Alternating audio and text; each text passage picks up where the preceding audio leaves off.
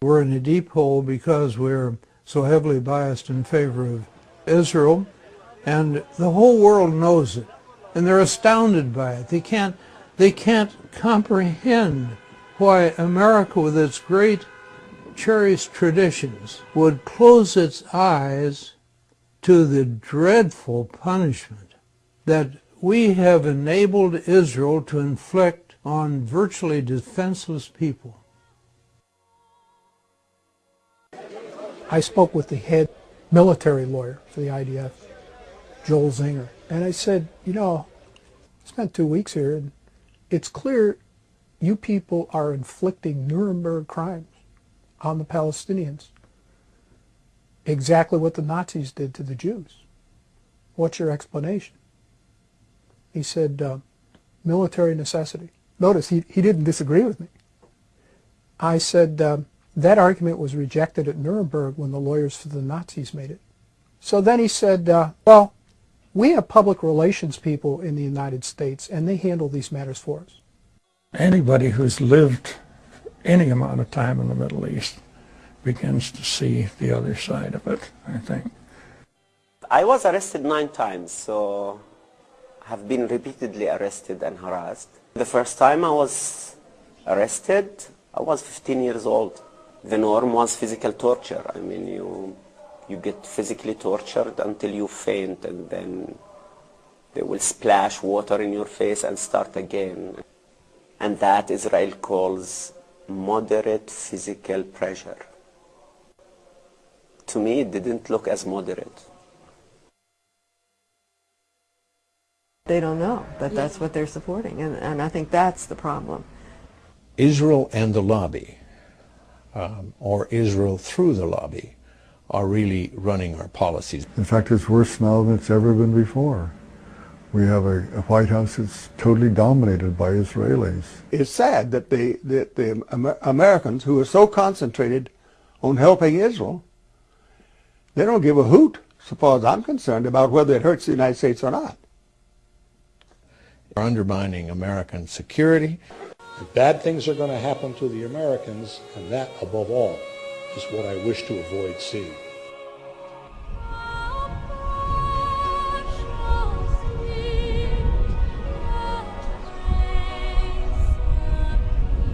Palestine's Arab majority is furious at the promise of a Jewish homeland, considering Palestine Arab land. Britain tries to appease the Arabs, and in a secret white paper restricts Jewish immigration to Palestine. This infuriates the Jews. Like the British, we also have something to die for. The land. This is something more valuable than life, and something we will die for. Britain sends more troops to Palestine to restore order. The Jews know they cannot defeat the British by military means. They must resort to a different type of struggle, urban terrorism. We knew that this was the only way to build a state. If we hadn't fought the British, there would have been no state. To fight the British, the Jews form an underground terrorist organization called the Irgun. Their goal was to strike at symbols of British rule. The Irgun, to which I belonged, conducted selective terror. They never killed women or children if they could help it. They just killed the soldiers and the officers and the officials of the occupying power, the colonial power. But even then, by accident or not accident, civilians were killed. But the underground Irgun escalates the violence and launches a campaign of terrorism against the Arabs. The Irgun recruits volunteers, eager to join the struggle despite the danger.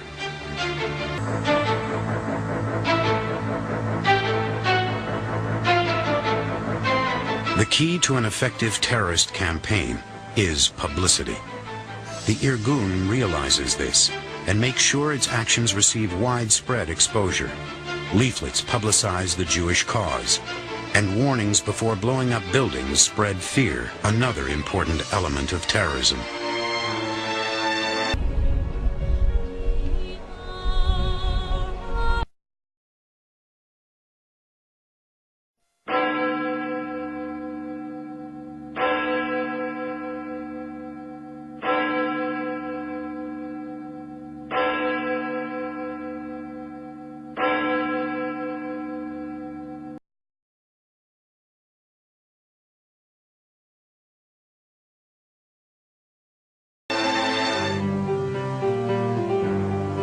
But within the ranks of the Irgun, a militant group breaks away and forms a radical splinter group called the Stern Gang. Working in tiny cells, they gather intelligence and escalate the violence. Their leader is Avraham Stern. He was on the one hand a fighter, on the other hand a poet. He wrote poems, a man of books. In the 1930s, Stern is a student at the University of Florence when Italy is in turmoil. Mussolini's fascists roam the streets, inflicting terror and fear.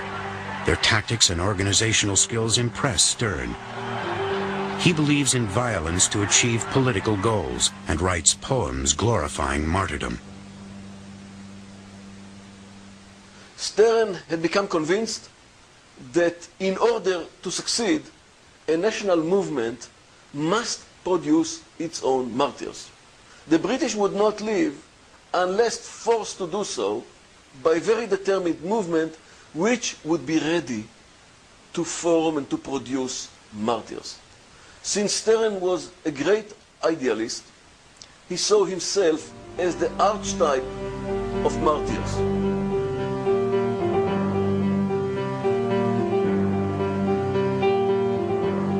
In Palestine, the Stern Gang does not hesitate to use ruthless tactics. To support its campaign of terrorism, it blackmails shop owners and robs banks. Future Prime Minister Yitzhak Shamir, an adherent of IRA tactics, inherits the leadership. My code name was the name of the famous fighter from the Irish Liberation War, Michael Collins. Michael. Michael is Mikhail in Hebrew.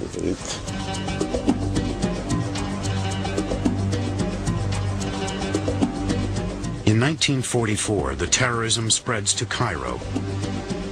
Lord Moyne, Britain's highest-ranking government official in the Middle East, is assassinated by two of Stern's gunmen.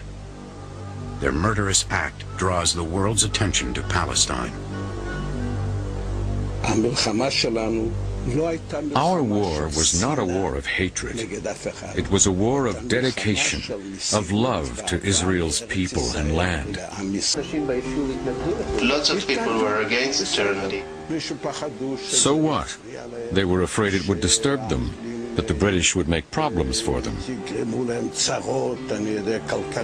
But a lot of people helped out behind the scenes, in quiet. But many called you terrorists. So what? Do you think we were offended? During World War II, Stern's hatred of the British drove him to consider an alliance with Nazi Germany. In 1941, he sent an envoy to the Nazis to discuss a possible collaboration against their common enemy.